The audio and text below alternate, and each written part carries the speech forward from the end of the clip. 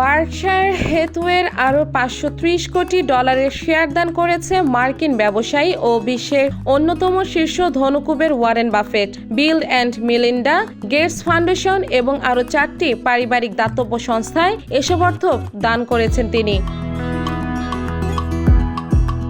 2006 সালের পর একসাথে এটাই বাফেটের সবচেয়ে বড় বার্ষিক দান। এর মধ্য দিয়ে এ পর্যন্ত $5,700 কোটি দান করলেন বাফেট। এই অর্থের একটি অংশ নিজেদের পারিবারিক দাতব্য সংস্থায়ও দান করেছেন তিনি। গত 28 জুন সবশেষ এই দানের ঘোষণা দেন বাফেট।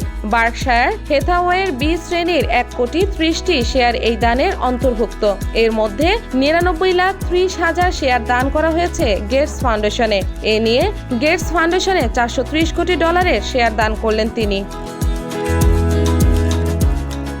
এছাড়া বাফেট প্রয়াত প্রথম স্ত্রীর নামে গঠিত সুজান টমসন বাফেট ফাউন্ডেশনে 9,93,035 শেয়ার দান করেছেন।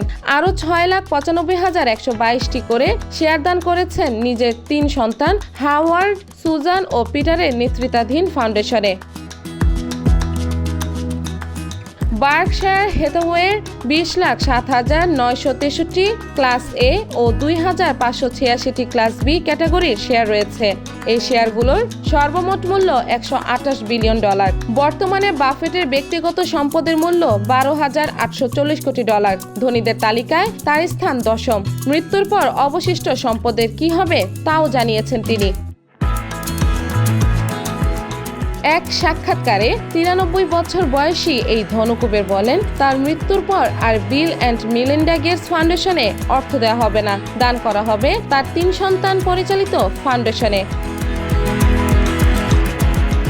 এর আগে বাফেট বেশ কয়েকবার নিজের এই ইচ্ছার পরিবর্তন করেছেন, তবে এবার সন্তানদের উপরই ভরসা করছেন তিনি। বাফেট বলেন, আমি আমার 3 সন্তানের মূল্যবোধ সম্পর্কে বেশ ইতিবাচক দৃষ্টিভঙ্গি রাখি। তারা যেভাবে বিষয়গুলি পরিচালনা করবে তাতে আমার শতভাগ বিশ্বাস রয়েছে।